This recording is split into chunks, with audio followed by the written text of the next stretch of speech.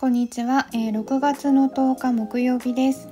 今日はですね、アメリカ人のママプレッパー、ご結婚されてて家庭のある方で、プレッパーやってる方の、備えおすすめ10選という記事があったので、そちらをご紹介したいと思います。で、本題に入る前に私の周りにいるアメリカ人の知り合いの人たちの最近の様子を少し、お話しするんですけれど、先日ですね、冷蔵庫を開けたら見慣れない卵が入っていて、でこの卵どうしたのっていうふうに旦那さんに聞いたら、会社の、アメリカ人の同僚にもらったって言ってたんですね。で、なんでもその人が家で飼っている鶏が産んだ卵なんだそうで、ゆで卵にしてねいただきたいなと思うんですけれど、あとはですね、また別のアメリカ人からは、これは去年の話なんですけれど、ミニトマトとかキュウリとかを大量にもらったんですね。で、また別の方からは蜂蜜もらったことがあって、でその人は蜂を自宅で飼っていて、すっごいお庭が広いんですけれど、でそのミツバチから、取った蜂蜜を、我が家にくださったんですね。で今ご紹介した彼らの話は、備えるというよりかは、趣味でやってるところがあるので、そうだとしても、いざ何かあった時にこういったことができる人たちっていうのはやっぱり強いだろうなというふうに思います。で、アメリカの家って、場所にもよるんですけれど、自宅にね池がある人いるんですよね。でかなり大きい池で、それも直径ね20メートル以上あるような、そういう大きい池が自宅の敷地内にあるっていう人結構たくさんいるんですね。でこちらもやはり自宅で釣りをするっていうような、趣味の範囲だと思うんですけれど、規模がでかいですけどね。なんですけれど、この池の水っていうのは、いざという時生活用水になりますし、そこで繁殖してる魚っていうのは食料になるんじゃないかなというふうに思うので、遊び半分にしても、いざという時強いんだろうなというふうに思います。ということで早速本題に入りたいと思います。アメリカ人ママプレッパーのおすすめ備え10選ということで、1つ目、生鮮食品の収集を開始する。家で食べられる生鮮食品を集めるのは良いことです。肉の缶詰、ツナの缶詰、ピーナッツバターの瓶詰め、プロテインバーなどがその中に含まれます。セールでそれらを手に入れるとお金を節約すると同時に備蓄を追加できます。注意としては、食べ慣れていないものにお金を使わないようにしてくださいというふうに書いてあります。でここで一つ注釈なんですけれども、アメリカではですね、ピーナッツバターっていうのはタンパク質を摂取するために備蓄品としてね、ピーナッツバターを貯蔵する人が多いんですね。ただあんまり賞味期限が長くないので、なんで備蓄するのかなというふうに、私はね個人的にはあんまり備蓄に向いてないんじゃないかなとはちょっと思っています。2つ目、家族全員分のたくさんの水を備蓄する。水の備蓄は必須です。水分補給はもちろんのこと、パスタやご飯など非常時に食べる食材を茹でるのにも必要です。水をためる場合は正しい方法で保管する必要があります。水の中に汚れや細かいゴミが入らないように、蓋付きの保管容器に水を保管することをお勧めします。で、水に関しては少し長いので要約すると、彼女自身はその飲料水と、室内に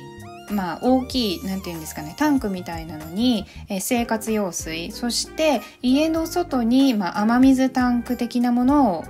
準備してるみたいですね。次、3つ目ですね、家庭菜園を作ってください。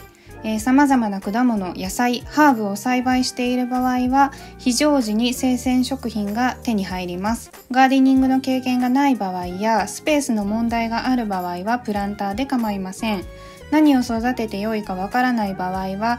あなたが普段食べている野菜や果物を思い出してくださいということです。で、次4つ目、クーポン券を使ってマストアイテムをゲットって書いてあるんですけれど、これはですね、必要なもの、例えば懐中電灯とか、あと電池とかね、そういったものをクーポンなど使ってできる限り安く手に入れましょうねということだったので、割愛します。で、次5つ目、便利な場所に保管システムを設置する。これもですね、きちんと管理して棚とかをね準備して、缶詰だったりお水だったりっていうのを、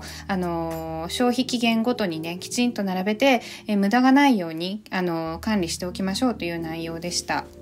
で、6つ目、セール中にバッテリーを購入する。要するに電池をですね、なるべく安くたくさん買っておきましょうということで、ここではですね、太陽光発電にも投資しておいてくださいということで、ソーラーのランタンだったり、ソーラータイプのね、懐中電灯、こういったものを、用意しておいて、必要に応じて電源を切り替える準備をしておいてくださいということでした。私の家もソーラー発電のエコフローっていうのがありますけれど、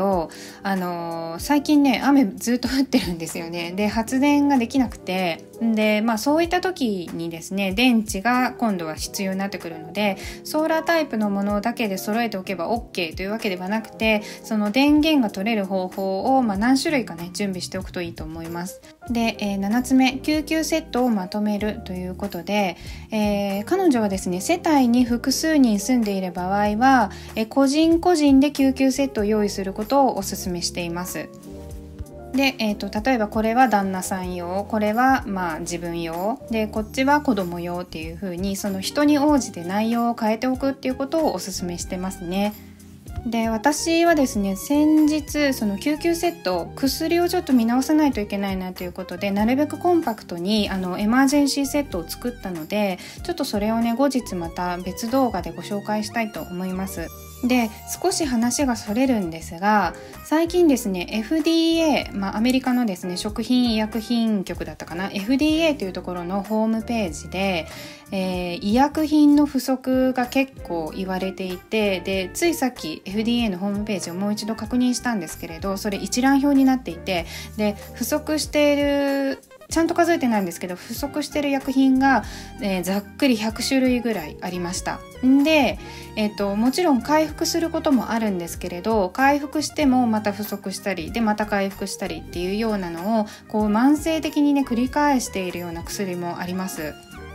その原因としては、サプライチェーンが不安定であることと、原材料の高騰だったり、その原材料が確保できなかったりっていうことがあるみたいなんですけれど、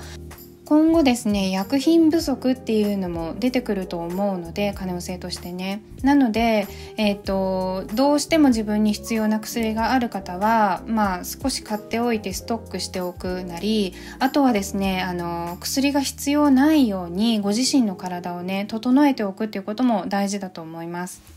で、8個目、適切な調理器具に投資する。非常時のために最高の調理器具を購入するようにしてください。ポータブルのグリル、非常用のストーブなどなど、従来の電源というか、電気ですね、電気なしで食事を準備できるように、使えるアイテムを買っておきましょうということで、これはね私すごく重要だと思っています。で、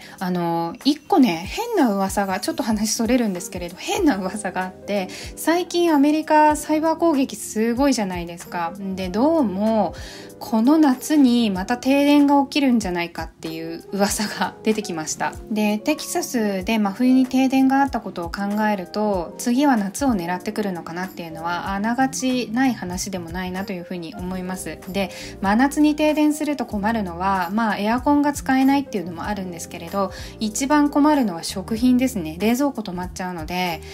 それは家の冷蔵庫だけじゃなくてスーパーの冷蔵庫も全部止まっちゃうってことなので、生鮮食品や果物、そういったものが全部ダメになるっていうことは、食品を調達するのがかなり難しくなるっていうふうに考えないといけないなというふうに思います。で、次9個目ですね、借金を帳消しにする。借金から抜け出す努力をしましょう。準備は水、食料、救急セットを用意するだけでなく、仕事を休んだり家や車が損傷したりした場合でも財政上の義務を果たすことができるように財政を整えておく必要があります。借金のほとんどを返済または完済すれば将来に向けた準備もずっとしやすくなりますということです。借金というか一般的に考えられるのは家のローン、車のローンですかね。こういったものをなるべく早く返済してしまいましょうっていうことを勧められてる感じですね。で、次10個目、缶詰を作る方法を学ぶ。で、これは私も本当に重要だと思ってます。自宅で様々な食品の缶詰を作る方法を学ぶことを忘れないでください。家族が食べる備蓄品を作ろうとしているときに手作りできるということは長期的なお金の節約になります。始める前に圧力缶詰などなど様々な缶詰の方法について学びましょう。ということで、これ缶詰って言ってるんですけれど、瓶詰めのことですね。長期保存できる、食品の瓶詰めを自分で作れるようにしておきましょうっていうことなんですけれど、これ今私もねちょっと実践中です。YouTube とかで調べると出てくるんですけれど、食品を瓶に詰めてで、お鍋でグツグツ煮て中の空気を全部出して真空状態にして食品を保存するっていう方法なんですけれど、それなりに失敗もあるみたいなので、失敗すると中身が傷んでしまうのでダメになっちゃうってことで、それなりに練習も必要かなというふうに思われます。なので今のうちにね練習しといた方がいいかなとは思います。で、瓶詰めの方法はネットにも結構やり方が載っているので、そちらを参考にしてもいいかなというふうに思いますし、で、私はアメリカってその瓶詰めを作るためのハウツー本みたいなのが売ってるので、それをですね買いました。で、まだ届いてないんですけれど、でそれ見ながらねちょっといろいろやってみて、良さそうだなと思ったらまた動画を作ってあげたいと思います。ということで、以上アメリカ人ママプレッパーがおすすめする備え10選をご紹介させていただきました。文化が違うので備える内容もね若干違ってきたりしているんですけれど、私は個人的にですねやっぱり日本人の備え方っていうのはかなり洗練されてるな、世界でもやっぱりトップクラスだなというふうに思いますが、アメリカ人たちのね備えも勉強になることたくさんありますので、今後もねこういった情報も少し、お届けできればなというふうに思います。ということで、今日は少し長くなってしまったのでこの辺りで終わりたいと思います。ご視聴ありがとうございました。